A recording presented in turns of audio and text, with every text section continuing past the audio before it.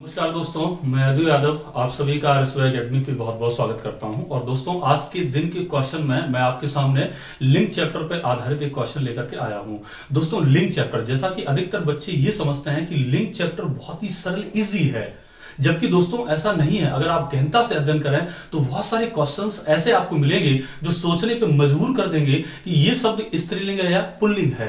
और दोस्तों, ये आप मान लें कि एग्जामिनेशन हॉल में ऐसे ही क्वेश्चन रखता है एग्जामिनर जो बच्चा कंफ्यूज हो जाए। जैसा कि मैं आपको एक क्वेश्चन दे रहा हूं, आप लोग जरा गैस करिए उसका आंसर क्या होगा, और आप अंतरात्मा से महसूस करिए कि रियल में इस चैप्टर को पढ़ने की आपको आवश्यकता है नहीं। ये भी आप मान लें, मैं जो क्वेश्चन आपसे पूछने जा रहा हूं इसका आंसर वही बच्चे बता पाएंगे जो बहुत अच्छे से अध्ययन हिंदी का कर रहे होंगे। तो चलिए दोस्तों, देखते हैं हम लोग कितने बच्चे इसका आंसर अच्छे से दे पाते हैं। जैसे दोस्तों, एक क्वेश्चन आप लिखें हमारी तरफ से, एक क्वेश्चन हमारी तरफ से लिखें आप। जैसे क्वेश्चन है दोस्तों,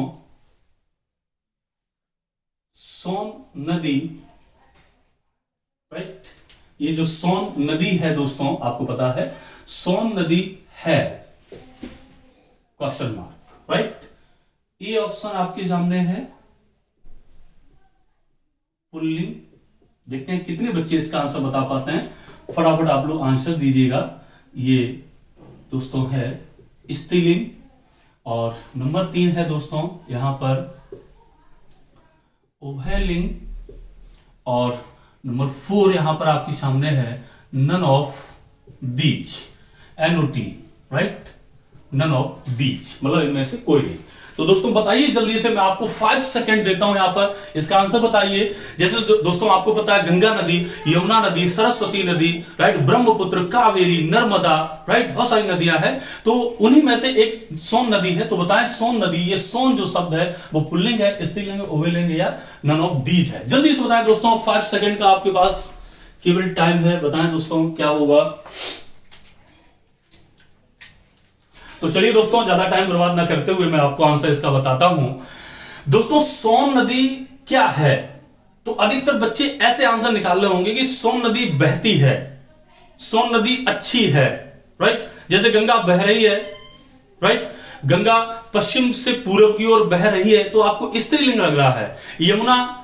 यमुना पश्चिम से पूर्व की ओर बह रही है, राइट, पश्चिम से पूर्व की ओर बह रही है, तो आपको ये स्त्रीलिंग लग रहा होगा। इसी तरह अधिकतर बच्चे जो है इसका स्त्रीलिंग आंसर बता रहे होंगे। ये बात आप डेफिनेटली मान लीजिए, अधिकतर बच्चे इसका आंसर ये बता रहे होंगे। लेकिन आपके सुविधा के लिए बता दूं दोस्तों, ये सोन शब्द स्त्रीलिंग नहीं है। सोन शब्द है क्या दोस्तों? पुल्लिंग है। आप समझ रहे होंगे दोस्तों यहां से इस क्वेश्चन के माध्यम से कि आपको लिंग वाला चैप्टर पढ़ना बहुत ही आवश्यक है। 1 नंबर का क्वेश्चन। इस भारत देश का कोई भी ऐसा एग्जाम नहीं है दोस्तों हिंदी का जिसमें लिंग से संबंधित कोई क्वेश्चन ना आता हो। आएगा तो निश्चित रूप से इनमें से कोई एक जरूर आपका आएगा, राइट, इंपॉर्टेंट चीज होती है। तो दोस्तों मैं आपको यह बताता हूं ट्रिक के माध्यम से कि सोन नदी के अलावा ऐसी कौन कौन सी नदियां हैं जो आपकी पुल्लिंग में आती हैं, स्त्रीलिंग में नहीं आती हैं। वैसे दोस्तों नियम यह होता है कि अधिकतर जो नदियां होती हैं, प्रायः जो नदियां होती हैं दोस्तों वो स्त्रीलिंग में होती हैं। जैसे मैं आपको एक ट्रिक बताता हूं, इसको आप याद रखिएगा इसके साथ में, तो आपको आगे भी हेल्प होगी दोस्तों। जितनी भी नदियां होती हैं दोस्तों वो स्त्रीलिंग होती हैं। स्त्रीलिंग कैसे? जैसे मैं आपको बताऊं, नदियों में बात करें गंगा नदी की दोस्तों, अगर आप, तो आप कहेंगे गंगा पश्चिम से पूर्व की ओर बह रही है। रही है मतलब क्रिया में रहा, रही से आप समझ पाए कि स्त्रीलिंग है। ऐसे ही दोस्तों जैसे यमुना बह रही है, क्लियर है कि ये स्त्रीलिंग है, डॉट डॉट डॉट। लेकिन दोस्तों इसके कुछ अपवाद भी होते हैं। बस दोस्तों यही चीज इंपॉर्टेंट है, आपके परीक्षा में आने लायक होता है। ये गंगा यमुना तो सबको पता रहता है दोस्तों कि ये स्त्रीलिंग है, लेकिन कुछ शब्द ऐसे होते हैं जो अधिकतर बच्चों को पता नहीं होते हैं। ये उन्हीं बच्चों को पता होते हैं दोस्तों जो गहनता से अध्ययन करते हैं, जो मेरिट में फाइट करते हैं, जो वर्दी को ले लेते हैं, छीन लेते हैं दोस्तों, राइट। तो उसके लिए आपको अलग से गहनता से अध्ययन करना होगा। तो मैं आपको बताऊं कि नदियां अधिकतर कैसी होती हैं? स्त्रीलिंग। लेकिन कुछ नदियां ऐसी होती हैं जो पुल्लिंग होती हैं, वो अलग से आपको याद करनी पड़ेंगी। जैसे दोस्तों पहली मैंने आपको बताई थी, पहली नदी अभी हमने जिक्र किया था आपसे दोस्तों, ये सोन नदी है, ठीक है। इसी तरह से सोन नदी, और ये एक ब्रह्मपुत्र नदी ये है। और दोस्तों यहां पर एक आपकी सिंधु नदी ये है सिंधु नदी। तो दोस्तों ये जो 3 नदियां हैं ये पुल्लिंग हैं। सिंधु नदी पुल्लिंग है, ब्रह्मपुत्र पुल्लिंग है, सोन नदी पुल्लिंग है। मैं आपको थोड़ा सा ऐसे और बता दूं कि जीवन में आप कभी ना भूलो। जैसे दोस्तों आपको मैं सिंधु नदी के बारे में एक विशेष बात बताऊं कि जब कभी भी छोटा ऊ आ जाए, छोटा ऊ, तो समझ जाना वो दोस्तों पुल्लिंग होता है। क्या होता है दोस्तों? पुल्लिंग होता है। ये 99% बात सही होती है, लेकिन 1% ही गलत भी हो सकती है।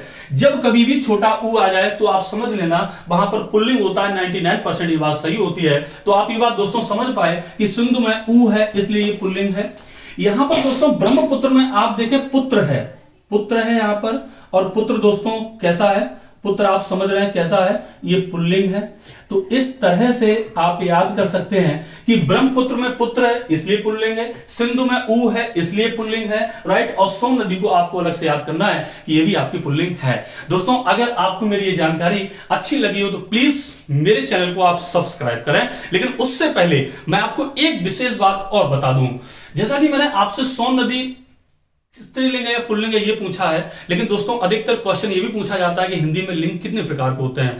अधिकतर आपने देखा होगा दोस्तों बुक्स में या टीचर्स ये पढ़ाते आपको मिलेंगे कि हिंदी में लिंग 3 प्रकार के होते हैं। पहला स्त्रीलिंग, पुल्लिंग और उभयलिंग। लेकिन मैं आपकी जानकारी के लिए दोस्तों बता दूं हिंदी में केवल 2 ही लिंग होते हैं, एक स्त्रीलिंग और एक पुल्लिंग। 3 लिंग नहीं होते हैं। तो दोस्तों मैंने आपको क्वेश्चन बताया कि हिंदी में लिंग कितने प्रकार के होते हैं? 2 प्रकार के होते हैं, पहला स्त्रीलिंग और पुल्लिंग। फिर नदियां अधिकतर आपकी स्त्रीलिंग होती है, लेकिन कुछ नदियां पुल्लिंग भी होती हैं जो पुल्लिंग आपको याद करनी है, जैसे सोन नदी, ब्रह्मपुत्र नदी और सिंधु नदी। तो दोस्तों मेरे चैनल को आप सब्सक्राइब करें अगर आपको वीडियो अच्छा लगा हो। Thank you.